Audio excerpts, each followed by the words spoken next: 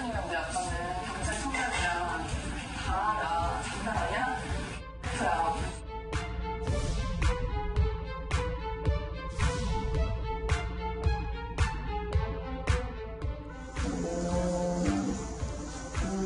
하다 보면 이렇게 두꺼운 VIP?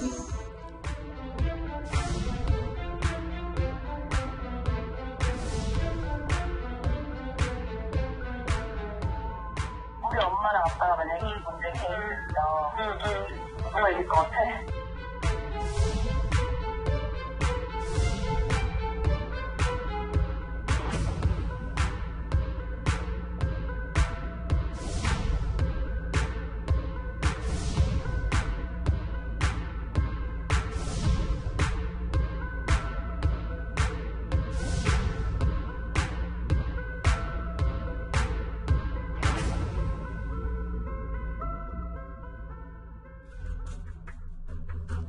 경찰청장이 또 등장했습니다. 승리의 대화방 속에서 등장했던 경찰총장에 이어서 이번에는 남양유업 창업주의 외손녀 황하나 씨의 마약 논란에 경찰청장이 또 등장합니다. 두 사건의 공통점, 경찰의 이른바 봐주기 수사 의혹과 그 당시 경찰청장이 강신명 전 경찰청장이었다는 바로 그 두 가지입니다. 제일 높은 사람까지 만나고 오는 길이거든. 내가 사진도 올렸지만 그냥 민원실도 아니야. 그냥 경찰청도 아니고 사이버소통도 아니야 나는. 알아, 서점 만났겠지. 부장 검사? 야, 우리 삼촌이랑 내 아빠는 경찰청장이랑 다 장난 아니야? 그야. 우리 엄마랑 아빠가 만약에 이 문제에 개입했어. 내가 싸워. 누가 이길 것 같아? 자, 지난 2015년 황하나 씨는 명예훼손 소송에 휩싸입니다. 이 당시에 황하나 씨는 주변 사람들에게 경찰청장과의 친분을 자랑하기도 했는데요. 이 당시는 마약 공급책으로 본인이 경찰에서 이름이 오르내리던 그때쯤입니다. 박지우 변호사. 네. 아니 갑자기 마약 공급책이라니 이게 무슨 말입니까? 황하나 씨 2015년 9월입니다. 2015년 9월 달에 자신이 마약을 공급했다는 그 이유로 사실은 조사를 받아야 되는 상황인데 조사를 받지 않고 직접 본인이 필로폰이나 이런 걸 공급하고 계좌로 30만 원을 입금 받았습니다. 이 조모 씨라는 대학원생은 나중에 재판받아서 처벌을 받았고요. 네. 그럼에도 불구하고 어떠한 조사도 없이 이 사건이 불기소 처분됐던 그게 있기 때문에 과연 이 사건도 어쩌면 재벌 봐주기식 아니면 황하나 씨를 봐주기식 경찰과의 유착 부분이 있지 않을까 이런 부분이 지금 논란이 되고 있습니다. 아니 그런데 더 황당한 건요. 이 사건의 판결문에 이 사건은 이미 실형을 선고받은 이 마약 투약했던 사람에 대한 판결문에 보면요. 황하나 씨의 이름이 8차례나 등장합니다. 그러니까 공급책이기 때문에 그렇죠. 황하나에게 마약을 받아서 송금을 하고 투약하였고 황하나와 뭐 가까운 사이로 이런 식으로 계속 등장하는데 아니 공급책이 원래 투약자보다 더 중벌을 받는 걸로 저는 알고 있거든요. 이 투약자는 본인의 어떤 마약 투약 혐의로 지금 처벌을 받았는데 집행유예를 받았어요. 2년 6개월에 3년 집행유예를 받았는데 그 판결문에 8번 등장합니다. 이 황하나 씨가. 그러니까 한 3가지 정도 추정이 가능해요. 이 재판을 하는 과정, 수사하는 과정에서 마약 사건 같은 경우는 적극적으로 협조를 한다 그러면 좀 봐줍니다. 봐주는 어떤 그 상황이 하나 생각할 수가 있고 두 번째는 마약 양성 반응이 몸에 안 나올 수 있습니다. 탈색이라든지 뭐 탈모를 통해서 세 번째가 이제 지금 많이 논란이 되고 있는데 혹시 봐주기가 아니었나 남양유업이라는 큰 회사의 손녀이기 때문에 그런데 결국 조사는 한 번을 했어야 되는데 조사도 안 하고 판결문에는 등장하고 저는 사실 이게 좀 납득이 잘 안 갑니다. 마약을 실제로 판매를 했고 유통책으로 판결문에는 등장하는 사람인데 마약 조사는 한 번도 받지는 않았다. 암만 자기가 마약에 이제 마약 기여를 많이 하고 많이 이제 얘기를 해주면 사실은 풀리 박인이라고 미국 제도가 비슷합니다. 마약 사건은 그만큼 한 만큼 기소할 때 참작을 해주는데. 조사는 해야죠, 그래도. 그래도 조사는 해야 돼요. 조사를 안 하고 이렇게 판결문 등장한다? 저는 참 이해가 잘 안 됩니다. 문제는 근데 여기서 그치지가 않습니다. 지금 들으신 것처럼 황하나 씨의 마약 투약 의혹과 관련한 첩보가 차고 넘치는데도 불구하고 그런 수사도 한 번도 제대로 진행되지 않았다는 점입니다.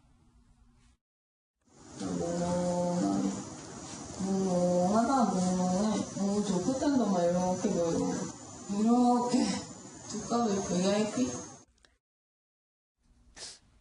그러니까 상식적으로는 좀 알아듣지 못할 얘기입니다. 뭐 두꺼비, 커튼이 보이고 VIP 뭐 이런 말들을 하고 있는데 저런 지금 영상이 사실은 공개가 됐거든요. 그런데도 불구하고 마약 반응이 나오지 않았기 때문에 조사를 받지 않았다. 그러니까 아직 확실한 건 아니고요. 그 부분. 네. 예. 참 저거 보니까 우리가 정신이 몽롱해지네요. 그죠? 네. 예. 참 안타깝습니다. 예. 황하나 씨의 전력을 좀 볼까요?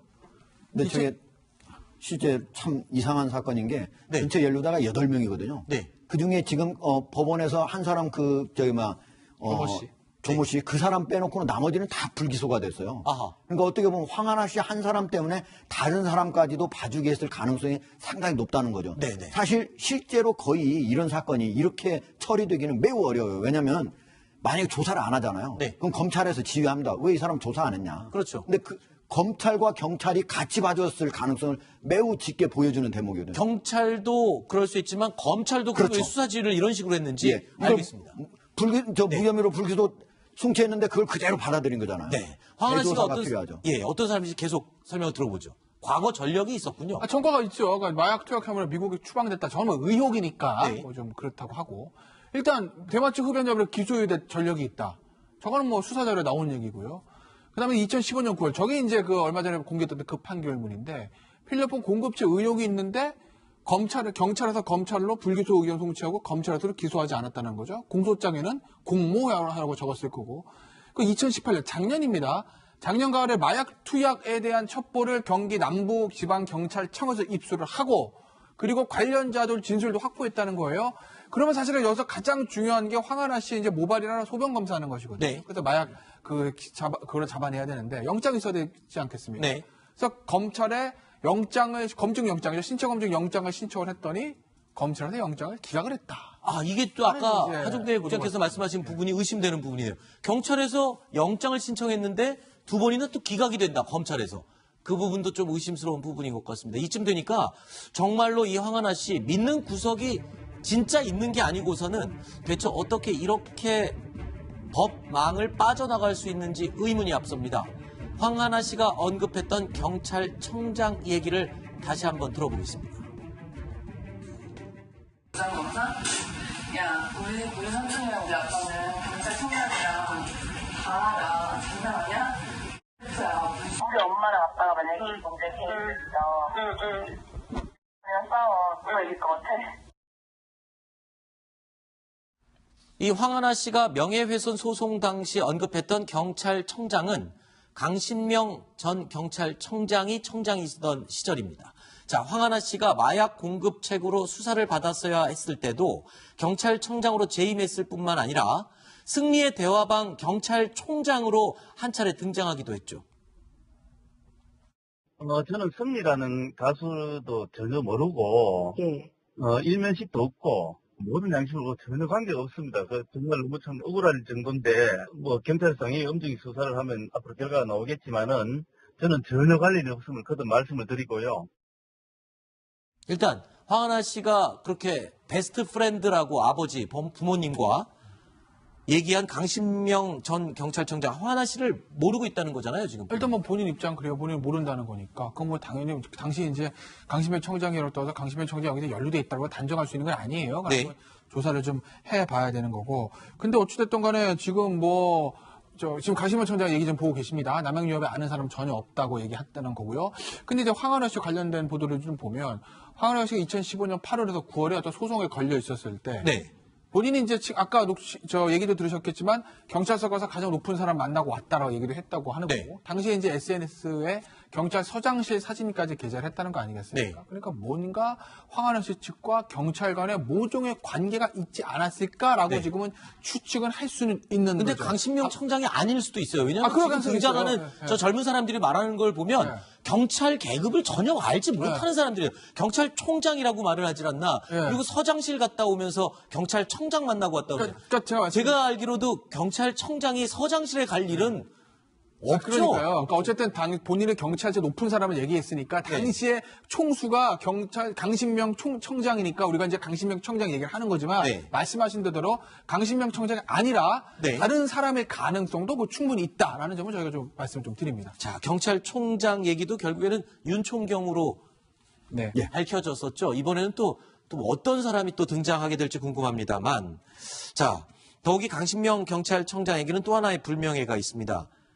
바로 전현직 경찰이 뽑은